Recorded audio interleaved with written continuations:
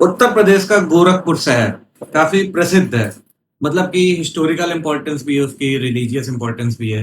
बाबा गोरखनाथ जी वहाँ शरण लिए थे और उन्हीं के नाम पर गोरखपुर का नाम पड़ा है। तो काफी इम्पोर्टेंट मतलब सिटी है उत्तर प्रदेश का। और गोरखपुर पे ही बहुत सारे गैंगस्टर्स का भी जन्म हुआ। तो हम बाकियों की बात नहीं करेंगे, हम वहाँ के most of the famous gangster की बात करेंगे यार, जिसका नाम है श्री प्रकाश शुक्ला। आप लोग बहुत अच्छे से भली भांति ये नाम जानते होंगे। और सिर्फ यूपी ही नहीं, श्री प्रकाश शुक्ला का दबदबा दिल्ली और बिहार तक भी काफी ज्यादा फैला हुआ था। उसने अपना पहला मर्डर तो इस तरह किया था कि उसकी बहन को एक लड़के ने छेड़ दिया था। तो उसने उसको वही लड़ाई थोड़ा खींचातानी एंड ऑल में गोली चल गई और वो मर गया। और उसके बाद तो उसने मर्डर की मतलब सीधे लाइन ही लगा दी थी। वो किसी को अपने सामने सेटता ही नहीं था, कोई भी हो सामने, बिल्डर हो, बिजनेसमैन हो, लॉटरी बिजनेस का ओनर हो, A to Z कोई भी हो, उसको गोली मारनी है तो मारनी है। बहुत बेरहमी से मारा करता था भाई वो। श्री प्रकाश शुक्ला का सिस्टम ऐसा था कि उसको भाई किसी से डर ही नहीं लगता था। विधायक हो, मंत्री हो, किसी को भी मारने से पहले मतलब एक जैसे डर होता है, वो डरता ही नहीं था किसी से। असल में बिहार के एक मिनिस्टर थे, ब्रज बिहारी प्रसाद, वो मिनिस्टर थे गवर्नमेंट में। उनको इसने गोली मार दी थी और लगभग कहते हैं कि 80 से ज्यादा गोली मारी थी। बहुत बेरहमी से मारता था। मतलब कहते थे कि ये गोलियां चलाते समय बिल्कुल भी गिनता नहीं था कि कितनी गोलियां लग रही हैं। उसके बाद इसने यूपी के एक MLA को मारा था, वीरेंद्र शाही, जो कि गोरखपुर से ही था, बिलोंग करता था और बैकग्राउंड भी उसका गोरखपुर का था। तो वीरेंद्र शाही को कहते हैं कि इसने 105 गोलियां मारी थी।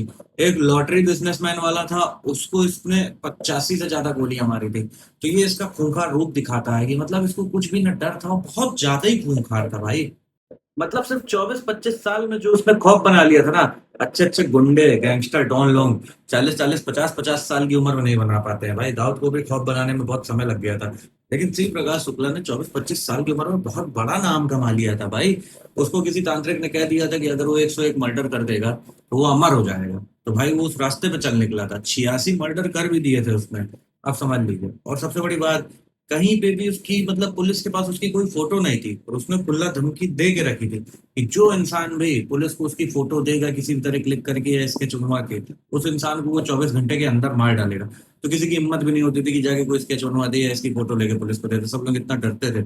और हिम्मत की तो बात ही मत करो। उस टाइम पे जो उत्तर प्रदेश के सिटिंग मतलब चीफ मिनिस्टर थे, कल्याण सिंह जी, उनकी इसने सुपारी ले ली थी 6 करोड़ में। बाहर नहीं पाया, उससे पहले इसका एनकाउंटर हो गया, वो बात अलग है।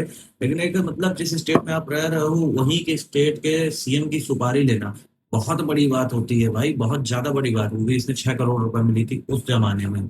तो चलिए आज डिटेल में जानते हैं श्री प्रकाश शुक्ला के बारे में।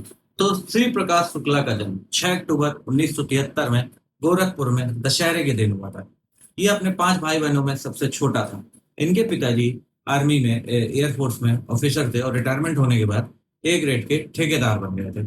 इसका नाम बचपन में शिव प्रकाश शुक्ला था, लेकिन बड़े होते होते वो श्री प्रकाश शुक्ला के नाम से जाना जाने लगा। तो बचपन में श्री प्रकाश के पिताजी ने उसका एडमिशन जो है इंग्लिश मीडियम स्कूल में करवाया था। लेकिन उसे इंग्लिश पढ़ने में ना इंटरेस्ट था ना उसे समझ में आती थी। तो बाद में उसका लोकनाथ भारती करके, ज्ञान भारती करके स्कूल है वहीं, तो हिंदी मीडियम में उसका एडमिशन करा दिया गया।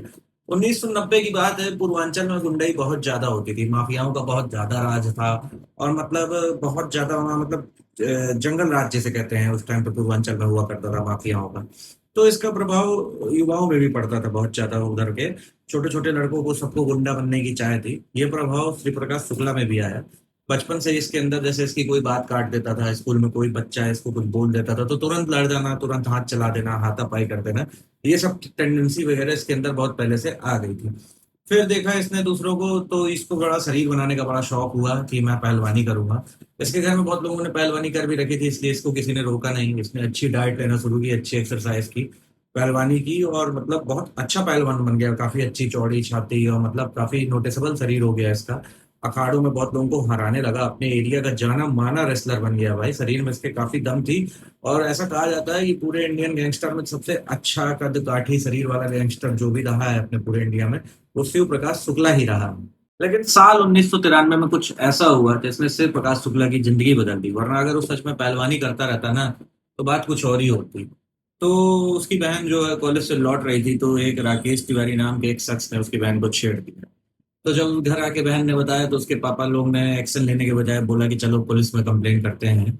क्योंकि हम उसका कुछ कर नहीं सकते, क्योंकि वो जो लड़का था राकेश तिवारी, वो उधर का जो एमएलए था बाहुबली वीरेंद्र शाही, उसका आदमी था। तो सब लोग उससे डर रहे थे। लेकिन जब शिव प्रकाश को ये बात पता चली कि उसकी बहन को शाही के आदमी ने छेड़ा है, तो वो उसको ढूंढता रहा, पूरे दिन ढूंढा। और शाम को जब मिल गया तो दोनों के बीच में हाथापाई हुई, उसी दौरान शिव प्रकाश से गोली चल गई और वो मर गया। वो उसका पहला मर्डर था। तो पुलिस जो है शिव प्रकाश को ढूंढने लगी, क्योंकि शाही का प्रेशर था पुलिस के ऊपर कि इसको उठवा के टंगवाओ। तो उस समय दो लोग शिव प्रकाश को ढूंढ रहे थे, एक तो पुलिस, दूसरा दूसरा जो बाहुबली वहां का नेता था हरिशंकर तिवारी, जो मतलब साई के अपोजिट रहता था। दोनों की जैसे लड़ाई चलती थी, तो हरिशंकर तिवारी भी इसे ढूंढ रहा था, क्योंकि हरिशंकर तिवारी को लगा कि यार बंदे में इतना जिगरा है कि जानते हुए कि राकेश मतलब तो इसका शाही का आदमी है, फिर भी मार डाला, यह लड़का मेरे काम का हो सकता है।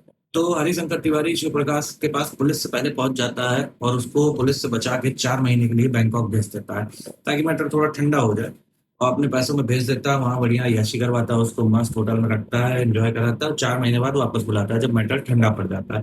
फिर वो तो भाई उसको भगवान मानने लगता है शिव प्रकाश, हरिशंकर तिवारी को। शिव प्रकाश के अंदर भी वो रंगबाजी जाग उठती है कि अरे मैंने एक मर्डर किया, मेरा कुछ हुआ नहीं, अब तो मैं भाई गुंडा हूँ।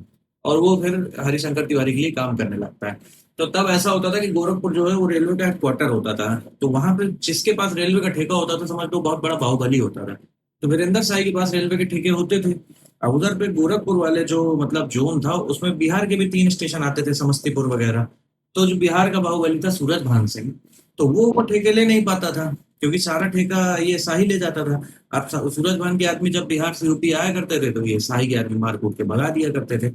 तो इसलिए सूरज भान बिहार का जो बाहुबली था, और इधर ये हरिशंकर तिवारी शाही का दुश्मन, इन दोनों में थोड़ा अच्छी बनने लगी कि किसी तरह हमें भैया शाही को खत्म करना है। अब शाही को कैसे खत्म करें, शाही तो अपने साथ हमेशा इतना ज्यादा बल लेके चलता था, कैसे मारे उसको। तो उसके लिए हरिशंकर तिवारी ने दिमाग लगाया कि श्री प्रकाश शुक्ला का इस्तेमाल करते हैं।